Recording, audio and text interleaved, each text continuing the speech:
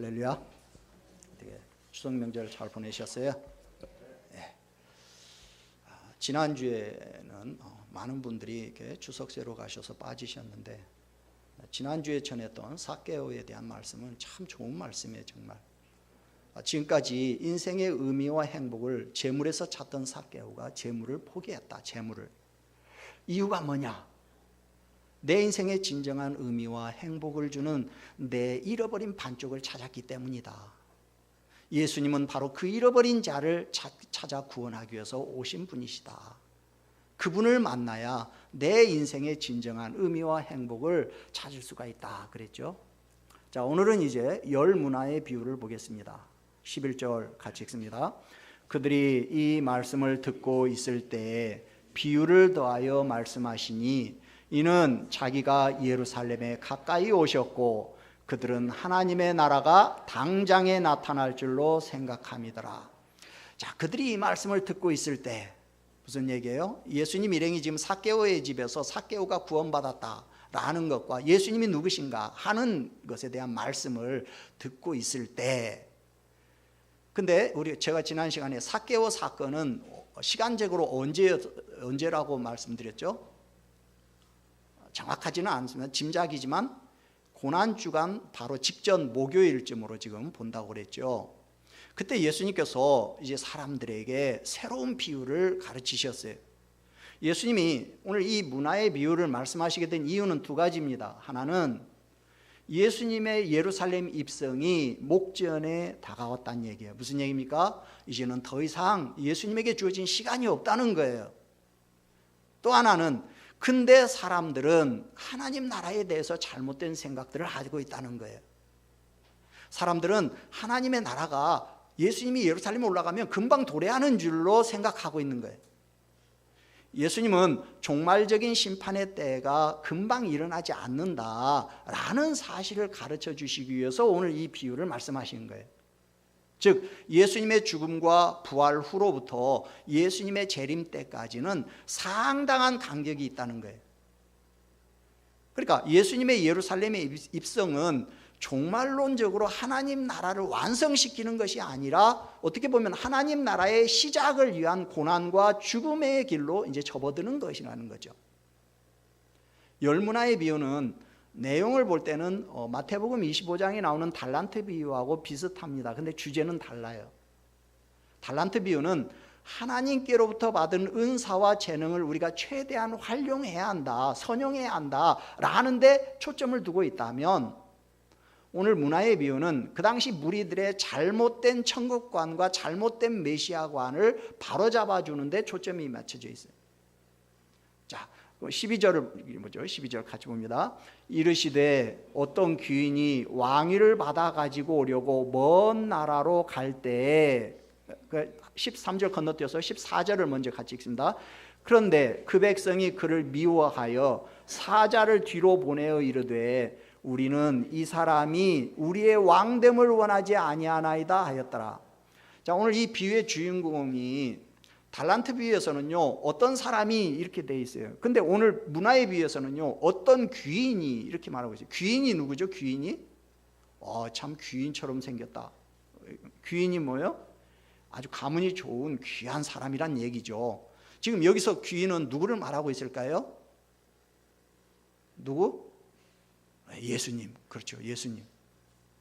사실 이 비유의 배경은 그 당시에 널리 알려져 있던 헤롯의 아들 아켈라오가 아버지 헤롯 대왕의 왕권을 물려받기 위해서 로마로 간 이야기하고 비슷해요. 헤롯 대왕은 죽기 전에 자기의 왕국을 세 아들에게 분할해서 나누어줘요. 아켈라오라는 아들에게 왕국의 대부분을 물려주고 아켈라오의 동생인 안디바에게 갈릴리와 베레아 지방을, 그리고 이제 어머니 다른 그 빌립이라는 동생에게 골란과 드라고니 지방을 물려준다 이렇게 유언을 했어요. 근데 이건 그냥 헤롯 대왕이 그냥 그렇게 마음대로 할 수 있는 게 아니죠. 이 일은 로마 정부의 공식적인 승인이, 인증이 필요해요. 그래서 이제 왕국을 물려받은 아켈라오가 로마 황제의 인준을 받기 위해서 로마로 떠나는데, 근데 유대인들은 이 아켈라오를 무척 싫어해요. 그래서 50명의 사절단을 로마로 보내가지고 우리 유대 백성들은 아켈라오가 우리의 왕이 되는 걸 반대합니다, 이렇게 저지하려고 갔는데, 근데 실패해요. 그 당시 황제였던 아우구스투스가, 로마의 초대 황제죠, 그 헤롯 그 대왕의 유언을 거의 그대로 그냥 받아들여요. 그래가지고 거의 왕국의 대부분을 이 아켈라오에게, 그리고 나머지를 이 안디바와 빌립에게 나누어 줘요. 그래서 이제 아켈라오가 바로 유대와 사마리아와 이두메에 이제 분봉왕이 되는데요. 근데 이 일은 예수님 탄생하시고 바로 직후에 일어난 일이에요. 그러니까 그 당시에 예수님도 물론 잘 알고 계시고 모든 유대 사람들은 이 이야기를 다 알고 있는 이야기예요. 예수님께서는 그 당시 모든 사람들이 다 알고 있는 유대의 어떻게 보면 정치 야사인데요, 그 말씀을 지금 비유로 해서 지금 사람들이 누구든지 다 쉽게 알아들을 수 있도록 이 비유를 지금 말씀하시는 거예요. 이 비유의 강조점은 뭐냐면, 그 당시 예수님을 따르던 무리들의 잘못된 기대를 바꿔주고 싶은 거예요. 오늘 여기 보니까 귀인을 예수님으로 비유하고 있다고 그랬는데요, 왕위를 받으러 간다고 말을 하세요. 무슨 얘기입니까? 예수님이 이제 하늘로 올라가셨다가 다시 오실 때는, 재림하실 때는 왕으로, 즉 세상의 심판주로 오신다는 거죠. 그러니까 지금 초림하신 예수님은요, 하나님이 인간으로 오신 분인데 귀인이죠. 귀인인데 지금은 그런 왕이 아니에요. 심판주가 아니에요. 그러나 나중에 이제 돌아올 때는, 재림할 때는, 그때는 종말적인 세상의 통치자요 심판주로 오신다는 거예요. 근데 또 하나, 왕위를 받기 위해서 먼 나라로 간다고 돼 있어요. 무슨 얘기입니까? 예수님께서 왕위를 받아가지고 다시 오시기까지는 상당한 시간이 필요하다는 얘기예요. 소요된다는 얘기예요. 그러니까 예수님이 예루살렘에 올라가시면 당장 하나님의 나라가 이루어질 것이다 라고 사람들이 생각을 하고 기대를 하고 있는데, 그거 아니라는 거예요. 예수님의 죽음과 부활, 승천 이후의 재림까지는 상당한 시간이 필요하다라는 것을 지금 말씀해 주고 있는 거예요. 그러면서 예수님이 이제 문화의 비유를 말씀하셔요. 13절 같이 읽습니다. 그 종 열을 불러 은화 열 문화를 주며 이르되 내가 돌아올 때까지 장사하라 하니라. 자, 달란트 비유에서는 3명의 종이 나오는데 여기는 10명의 종이 나와요. 그 이야기는 이 비유의 주인공인 귀인이 많은 종을 거느린 분이다 라는 걸 알 수가 있겠죠. 그런데 이 귀인은 달란트 비유에서와는 달리 10명의 종에게 10개의 문화를 똑같이 균등하게 한 문화씩을 나누어 줘요. 문화라고 하는 것은 헬라의 은화입니다. 은으로 만든 이제 돈인데요, 100 드라크마에 해당되는 돈이에요. 드라크마라는 건 헬라의 역시 은화인데요, 우리나라로 치면 이제 한 돈 조금 더 되는 크기의 은화인데요, 노동자가 하루에 일해서 받는 품삯에 해당되는 그런 돈입니다. 이게 이제 로마 돈으로 되면 데나리온이라고 하는 것과 드라크마는 같은 가치를 가지고 있는데, 근데 1 문화는 100 드라크마에 해당되는 돈이에요. 참고로 1 달란트가 60 문화입니다. 그러니까 1 달란트를 데나리온으로 합치면 6천 데나리온이 되는 거죠. 마태복음 강의할 때 제가 다 말씀드렸는데 기억나십니까? 그 당시는 1년이 300일로 계산했거든요. 그래가지고 20년 동안 일해야 할 돈이다. 그러면서 막 제가 그때 뭐 환전해가지고 막 이렇게 설명해드렸던 것 같은데, 자, 그러니까 지금 10명의 종에게 한 문화씩, 한 문화라는 건 100 데나리온. 요즘 우리로 치면은 한 이제 뭐 쉬는 공휴일도 있고 그런 걸 생각하면 한 4달치 월급에 해당되는 돈인데, 그런데 그러니까 달란트 비유에 비해서는 엄청나게 적은 액수의 돈이죠. 60분의 1 달란트니까. 그렇지만 헬라나 로마 시대에는 이제 오늘날처럼 그렇게 자본이 많지, 자본이라고 하는 게 소수의 사람들에게 집중되어 있었고, 그런 사회에서는 특징이 뭐냐면 이자율이 무척 높죠. 그 당시도 마찬가지예요. 이자율이 엄청 높습니다. 그만큼 돈이, 여러분 저 어렸을 때만 해도요, 우리 보통 3부 이자, 그렇게 한 달에 3부 이자씩 주고 썼거든요. 요즘으로 말하면요, 1년으로는 36%인데 엄청난 이자율이죠. 근데 다 그렇게 다 썼잖아요. 왜? 그 당시에는 우리나라에 돈이 많지 않았단 말이에요. 자본이 궁했단 얘기예요. 지금은요, 이자율 연 3%죠. 3점 몇 %죠. 그만큼 이제 지금은 자본이 많다는 얘기죠. 뭐 시중에 풀린 부동자금이 뭐 1,000조 원이 넘는다니까. 저만 없지 뭐 사람들은 돈 많은 것 같아. 예. 자, 그런데 그러니까 일문화라고 해서 달란트에 비하면 적지만, 그런다고 해서 우리가 생각하는 넉 달 월급 뭐 한 돈 1,000만 원 되겠네, 이런 개념보다는 훨씬 많은 돈이에요.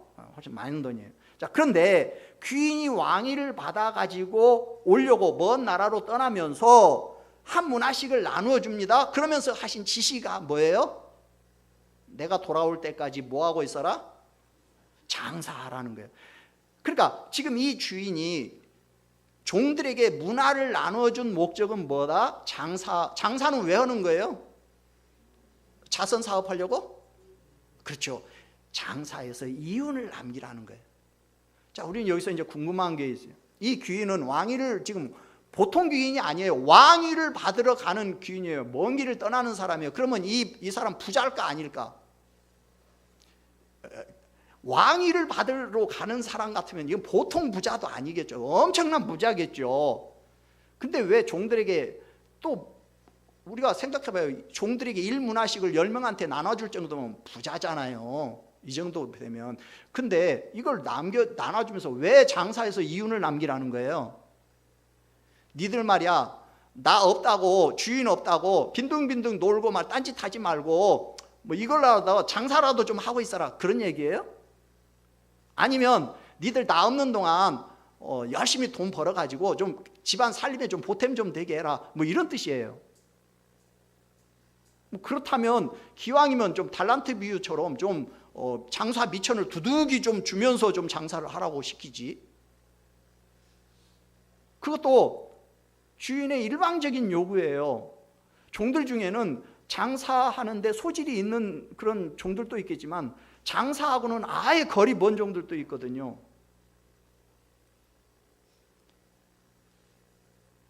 이제 신학교 학생 중에 제가 뭘 하는데, 이제 뭐 검사를 이렇게 하는데, 뭐 1, 2, 3, 4를 이렇게 몇 개 더 하는 거야. 근데 어떤 여전도사님이요, 그거 더 하라고 했더니 갑자기 막 멘붕에 빠지는 거거든요. 그러더니 뭐라고 하냐면, 그 계산기 갖고 와서 나중에 하겠대. 1, 2, 3, 4를 그냥 몇 개 더 하는데 그걸 더 하라고 했더니 계산기가 무슨, 그분은요 숫자 감각이 전혀 없는 분이라는 거죠. 2 더하기 2 더하기 3 이런 것도 못한다는 거야. 무슨 얘기냐면 장사에 소질 없는 종들도 있거든요. 근데 오늘 귀인은요 10명을 똑같이 1문화씩 나눠주면서 너희들 다 장사하라는 거예요. 자, 주인이 지금 이렇게 하는 이유가 뭘까요? 자, 우리가 결과를 가지고 좀 거꾸로 다시 보죠. 일단 이 귀인은 이제 나중에 왕이 돼서 오는데, 왕은 이 종들이 이렇게 장사한 그 결과에 대해서 이득을 취합니까? 안 취합니까? 하여간 뭐 제가 무슨 질문을 해도 뭐 대답을 안 하시는, 꿋꿋이 나는 끝까지 입을 꼭 다물고 있으리라 뭐 작정을 하고 이렇게 뭐 오셨나 봐요. 자, 16절 17절 같이 읽죠.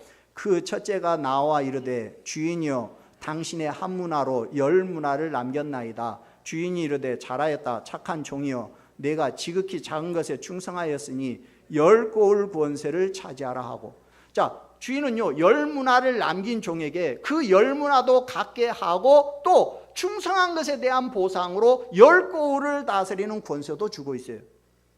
그 다음 18절 19절 봅니다. 그 둘째가 와서 이르되 주인이여 당신의 한 문화로 5문화를 만들었나이다. 주인이 그에게도 이르되 너도 5고을을 차지하라 하고. 자, 주인은 5문화를 남긴 종에게 그 5문화도 갖게 하고 그 충성에 대한 보상으로 5고을을 다스리는 권세를 줍니다. 심지어는요, 맡긴 1문화를 그대로 가지고 온 종에게는 어떻게 하느냐, 24절을 가서 보죠. 24절 같이 봅니다. 곁에 섰는 자들에게 이르되 그 1문화를 빼앗아 10문화 있는 자에게 주라 하니. 여러분, 그 불충성한 1문화 그 사람도요, 그거 회수하지 않고요, 그거 뺏어가지고 도로 누구를 줘요? 충성된 종에게 주고 있어요. 오늘 주인은요, 종들이 이득을 남긴 것에 대해서 하나도 자기가 취하고 있지 않아요. 결과를 보면 왕은 자신이 이익을 전혀 지금 가지고 있지 않다는 것을 알 수가 있어요. 장사한 것은 누가 다 가지고 가요? 종들이. 원금과 이윤까지 다 종들이 가지고 가요. 거기에다가 충성한 것에 비례해서 왕과 함께 고을을 다스릴 수 있는 권세까지도 줘요. 그러면 이 왕이 종들에게 장사를 시킨 이유가 뭐예요? 처음부터 무슨 목적으로 지금 종들에게 장사를 시킨 거예요? 왕은 종들의 유익을 위해서 장사를 시킨 거예요. 충성한 종에게는 왕의 통치에 동참하는, 무슨 얘기냐면 자기 나라의 귀족으로 삼는 축복을 나눠주시기 위해서 종들에게 장사를 시킨 거예요. 자, 10문화를 남긴 종은 주인이 남긴 문화를 뭐라고 말하느냐. 자, 다시 16절을 한번 읽어보죠. 16절. 그 첫째가 나와 이르되 주인이여 당신의 1문화로. 여기 뭐라고요? 당신의 1문화라고 말합니다. 자, 5문화를 남긴 종은 뭐라고 하느냐. 18절. 그 둘째가 와서 이르되 주인이여 당신의 1문화로. 역시 당신의 1문화라고 말해요. 심지어 장사 안 한 종은 뭐라고 하느냐. 20절 같이 읽습니다. 또 한 사람이 와서 이르되 주인이여 보소서 당신의 1문화가 여기 있나이다. 여기 보니까 3사람의 종이 공통되게 고백하고 있는 말이 뭐냐면 자기들한테 맡겨진 1문화는 주의 것이라는 거예요. 그러니까 주인이 떠날 때 주었던 그 돈은 자기 돈이 아니라 주인의 돈이라는 거예요. 그러니까 이 종들은 모두 다 지금 청지기 개념을 가지고 있는 거예요. 다시 말하면 우리 모두에게 주어진 시간과 재능과 건강, 심지어는 생명까지도 궁극적으로는 내 것이 아니라 하나님의 것이라는 거예요. 그걸 활용해서 10문화와 5문화를 남겼다는 것은 자기에게 주어진 삶을 최대의 노력으로 생산적으로 살았다는 거예요. 여기서 주목할 것은 이윤을 남긴 양의 많고 적음이 아니라 어떻게 살았느냐는 삶의 과정이에요. 평가는 달란트 비유와 비슷합니다. 결국 달란트 비유나 문화 비유는 작은 일에 충성하는 사람에 대한 칭찬과 보상을 공통으로 강조하고 있어요. 차이는 달란트 비유에서는 많은 것을 맡기겠다라고만 했지 뭘 구체적으로 맡기겠다는 말은 안 했어요. 근데 여기서는 문화는 구체적으로 뭘 맡긴다는 것을 말을 해주고 있어요. 오늘 이 주인의 보상을 통해서 우리가 뭘 알 수가 있어요? 하나는 하나님 나라에서 누리는 축복은 우리 성도들이 기울이는 노력과는 비교할 수 없을 만큼 월등하다는 거예요. 자, 10문화와 10고을을 다스리는 권세를 비교해 보면 더 명백하죠. 이 땅에서 온갖 수고와 충성을 다한 성도는 천국에서 예수님과 더불어서 영원히 왕노릇하는 권세를 소유하게 된다는 거예요. 또 하나는 심은 대로 거둔다는 거예요. 10문화 남긴 자에게는 10고을을 다스리는 권세를, 5문화 남긴 자에게는 5고을을 다스리는 권세를 주고 있다는 사실이 이 사실을 지금 뒷받침하고 있는. 달란트 비유에서는요, 돈을 맡길 때는 능력별로 맡겼어요. 너는 5달란트, 2달란트, 1달란트. 근데 나중에 보상은요, 일괄적으로 똑같이 해요. 큰 거 맡길게. 그런데 반면에 오늘 문화에 비해서는요, 일괄적으로 1문화씩을 맡겨요. 그리고 보상은 능력별로 하고 있어요. 반대죠.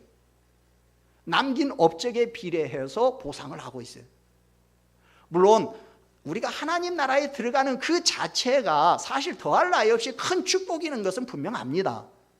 그러나 천국 잔치에 참석하는 사람 중에도 오늘 본문의 종처럼 칭찬과 상급을 받는 영예로운 자들이 있는가 하면 불 가운데서 구원받는 것처럼 부끄러운 처지의 사람도 있다는 거죠.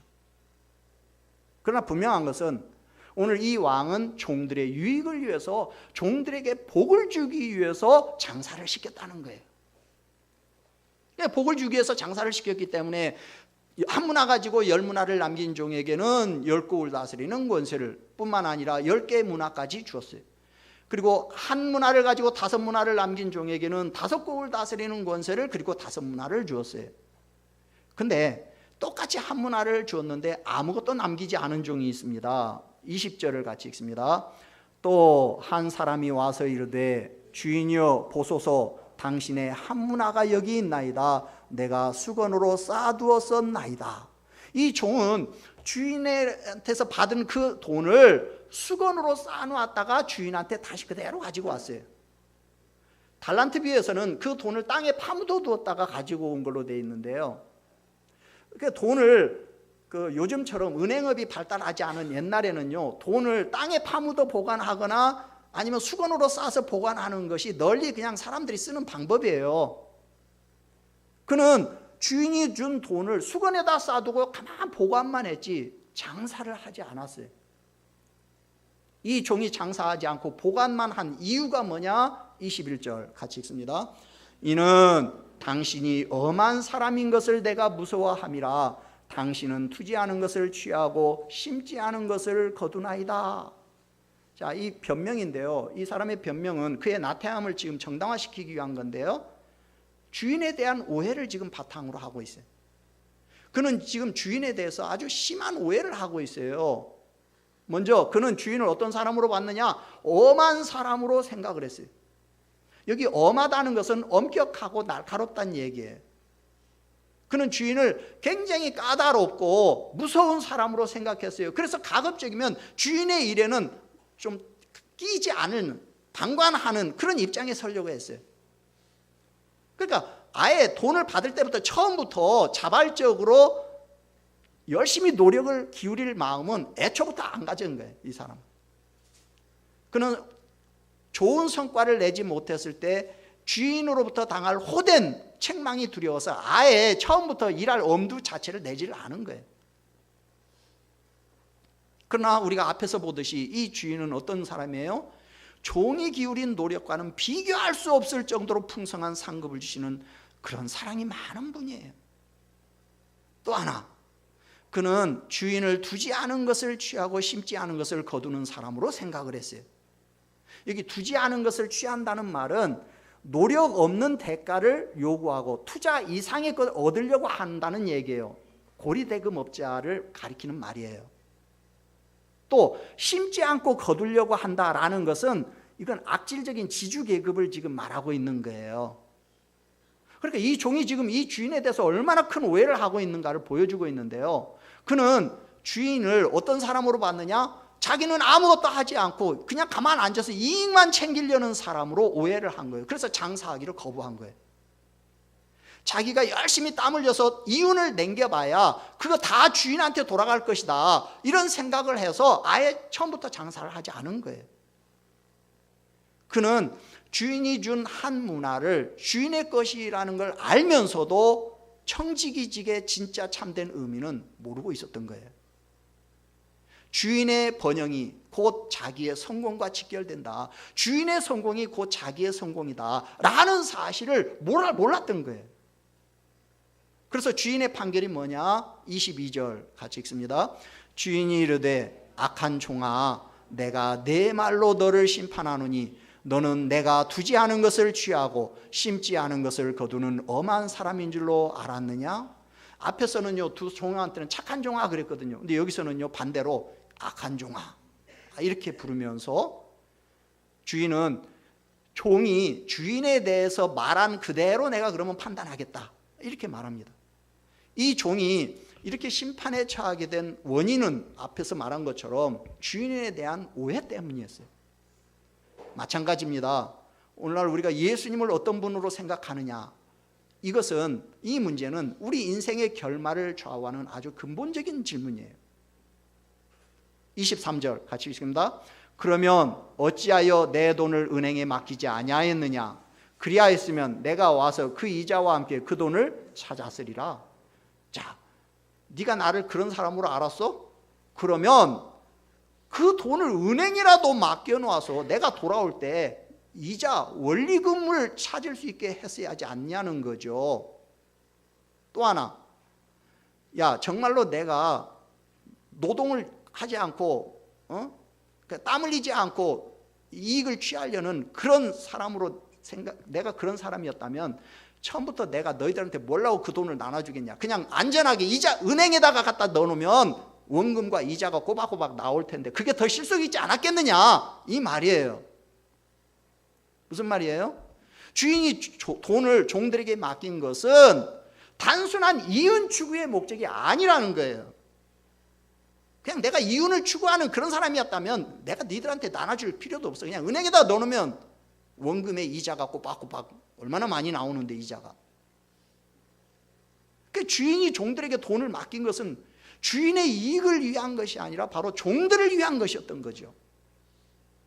그래서 24절, 곁에 섰는 자들에게 이르되 그 한 문화를 빼앗아 10문화 있는 자에게 주라 하니.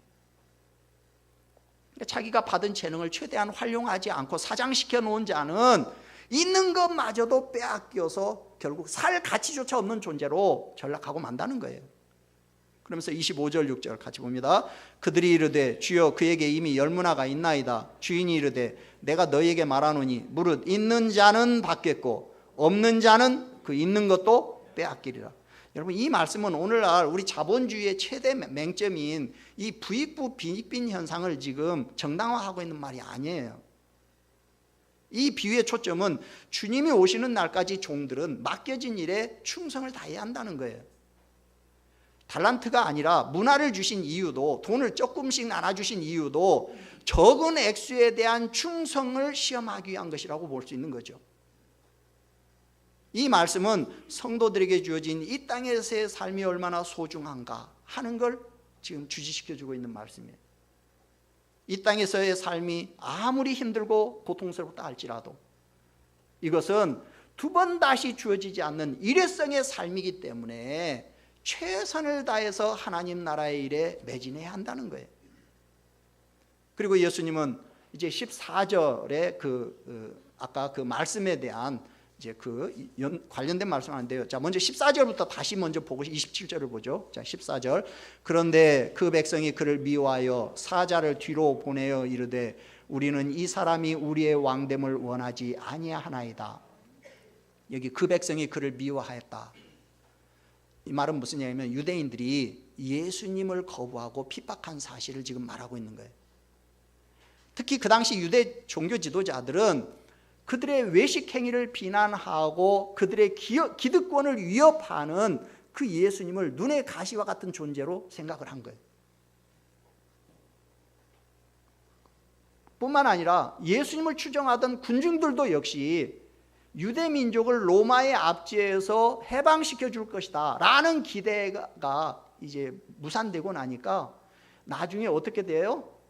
바라바는 놓아주고 예수는 십자가에 못 박으라고 오히려 예수님을 죽음의 자리로 내몹니다. 지금 그걸 이야기하고 있는 거예요. 자, 그런 자들에 대해서 어떻게 한다? 27절 같이 읽습니다. 그리고 내가 왕됨을 원하지 아니하던 저 원수들을 이리로 끌어다가 내 앞에서 죽이라 하였느니라. 귀인은 자기가 왕이 되는 것을 반대하던 자들을 가리켜서 오늘 원수들이라고 말하고 있어요. 그러면서 여러분, 자, 어떤 사람이 왕이 되려고 하는데 그 사람은 왕 되는 것을 반대를 했어요. 근데 이 사람이 왕이 돼버렸어요. 그러면 이 사람들은 다 이제 뭐가 되는 거예요? 반역자나 역적으로 몰리는 거죠. 그래서 오늘 예수님께서도 그들에 대해서 뭐예요? 사형 선고를 내리는 거예요. 다 죽이라는 거예요. 무슨 말이에요? 예수님을 거부하고 복음을 거부하는 자들은 다 누구냐? 하나님과 원수 관계에 있는 자들이라는 거예요. 주님이 심판주로 이 땅에 임하시는 그날 그 사람들은 다 어떻게 된다? 엄한 심판을 받게 된다는 거예요. 이건 단순히 개인의 왕위에 반대한 사실에 대한 어떤 복수가 아니고요, 하나님의 뜻을 거역하고 하나님 나라를 방해하는 세력의 마지막 종말을 지금 보여주고 있는 말씀이에요. 아까 이건 이제 아켈라오의 이야기였다고 했는데, 아켈라오도 나중에 왕이 되어서 돌아온 뒤에 자기가 왕 된 걸 반대하던 많은 사람들을 죽여요. 정리하면 예수님이 예루살렘에 올라가신다고 해서 당장 하나님의 나라가 이루어질 것이다 라는 기대는 잘못된 것이라는 거예요. 예수님은 부활 승천하신 이후에 진정한 심판주로 오실 때까지는 상당한 시간이 소요가 된다는 거예요. 그러면 그동안에 종들이 해야 할 일은 뭐냐? 열심히 맡겨진 사명에 충성해야 한다는 거예요. 주인이 주신 문화를 각 사람에게 나누어준 어떤 은사나 재능이나 이런 걸로 본다면, 장사라는 이야기는 주어진 사명으로 볼 수 있는 거죠.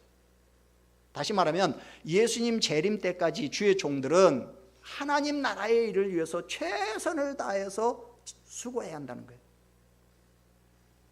그러나 그것은 왕의 유익을 위해서가 아니라 바로 종들 자신들의 유익을 위해서라는 거예요. 종들에게 왕의 통치에 동참하는 복을 나눠주기 위한 것이라는 거예요. 그걸 만약에 예수님을 오해해가지고 이 사명을 거부한 자나 예수님의 왕됨을 거부한 자들은 엄중한 심판을 면치 못한다는 거예요. 여러분, 오늘 우리에게도 문화가 다 주어져 있어요. 예수님께서 우리에게 장사하라고, 그래서 이윤을 남기라고 문화를 다 나눠줬어요. 이것에 대해서 여러분들은 어떤 생각을 갖고 있습니까? 어떤 사람들은 아니 왜 나한테 이런 걸 주는 거야? 번거롭게 부담되게. 아니, 나한테 묻지도 않고 그냥 무조건 맡기면 되는 거야? 내가 지금 얼마나 힘들고 어려운 상황에 있는지 알기나 하는 거야? 왜 하필 장사하라고 하는 거야? 나는 장사 못해. 장사 아니라 다른 거 하면 안 되나? 이 분야에 대해서는 아는 것도 없고 적성도 안 맞고, 아니 왜 자기 마음대로 이런 거 하라고 시키는 거야? 이렇게 한문화 받은 종처럼 불평하고 불만을 토로하기도 합니다. 그래서 장사라는 주님의 말씀에도 불구하고 움직이지를 않아요. 주님이 준 문화는 수건에다 싸놓고 꼼짝도 안 합니다. 언제까지 그렇게 꼼짝도 안 하고 계실 겁니까? 주님의 왕되심을 거부하는 사람은 주님께서 왕위를 받아 돌아오시는 날 영원한 멸망에 처해지게 됩니다. 그러나 주의 종이 되어서도 주님을 오해해가지고 꼼짝도 안 하는 사람들 역시도 악한 종이라는 책망을 결코 피해갈 수 없을 겁니다. 예수님 믿기만 하면 되지, 사명 그런 거 갖고 자꾸 나 귀찮게 하지 마. 나한테 자꾸 장사해가지고 무슨 하나님 나라 확장시키고 이런 말 하지 마. 이런 사람은 지금 예수님을 오해하고 있는 사람이에요. 그런 사람은 주님이 오시는 날 받은 한문화까지도 빼앗기게 될 겁니다. 하나님은 우리가 어떻게 하기를 원하실까요? 움직이라는 거예요. 10문화를 남기느냐 5문화를 남기느냐는 중요하지 않아요. 중요한 것은 받은 문화를 활용해서 이윤을 남기라는 거예요. 하나님은 일한 만큼 복을 주십니다. 하나님 나라를 위해서 일한 만큼 복이 옵니다. 문화를 우리에게 맡긴 것은 우리를 귀찮게 하고 우리를 괴롭히기 위해서가 아니라 우리에게 복을 주시기 위해서예요. 문화를 주고 장사하게 하신 것은 나한테 지금 복을 주기 위해서다라는 이 사실을 여러분들이 믿으시기 바랍니다. 문화는 우리에게 복 주시기 위한 거예요. 어느 임금님이 이제 아들 며느리, 그러니까 왕후가 될 며느리를 구하기 위해서 전국에 방을 붙이고, 내가 이 며느리감을 구한다. 이쁘고 똑똑하고 잘난 아가씨들 다 모여라. 그 모아놓고 숙제를 냈어요. 무슨 숙제를 냈냐면, 저하고 똑같이 쌀을 한 대박씩만 나눠주면서 한 달 동안 이 쌀 한 대박으로 먹고 살고 와라. 아가씨들이 쌀 한 대를 가져가갖고 그걸로 한 달을 살라니 그거 한 대박을 30등분으로 이렇게 나누니까 한 줌도 안 되는 그거 갖고 죽 끓여가지고 한 달 뒤에 이제 다 모였는데 다들 얼굴이 뉘렇고 뜨고 뭐 피골이 상접하고 뭐 어떤 아가씨는 힘이 없어서 들것에 들려가지고 오고 어떤 아가씨는 아예 그냥 뭐 오지도 못하는 근데 어떤 아가씨 하나만 얼굴이 팽팽해갖고 떡까지 한 시루 이고서 들어오는 거예요. 임금님이 물어봤어요. 너는 어떻게 된 거냐? 그랬더니 그거 한 대 가지고 가서 떡을 해가지고 시장에 갖다 팔았다는 거야. 그래서 그 돈 갖고 다시 쌀을 사니까 한 대박보다 더 많이 산 거죠. 다시 그걸 갖고 또 떡을 해갖고 시장에 갖다 팔고 나니까 그리고 나머지는 내가 먹고 계속 그런 식으로 한 달 동안 했더니 한 달 내에 실컷 배불리 먹고 그리고 떡이 임금님 주려고 남아서 한시로 해왔다 이거야. 그래서 임금님께서 네가 내 며느리다 며느리 삼았다는 거예요. 믿거나 말거나. 여러분 장사를 많이 해가지고 많이 남기면 결국은 누가 복을 받는 거예요? 그렇죠.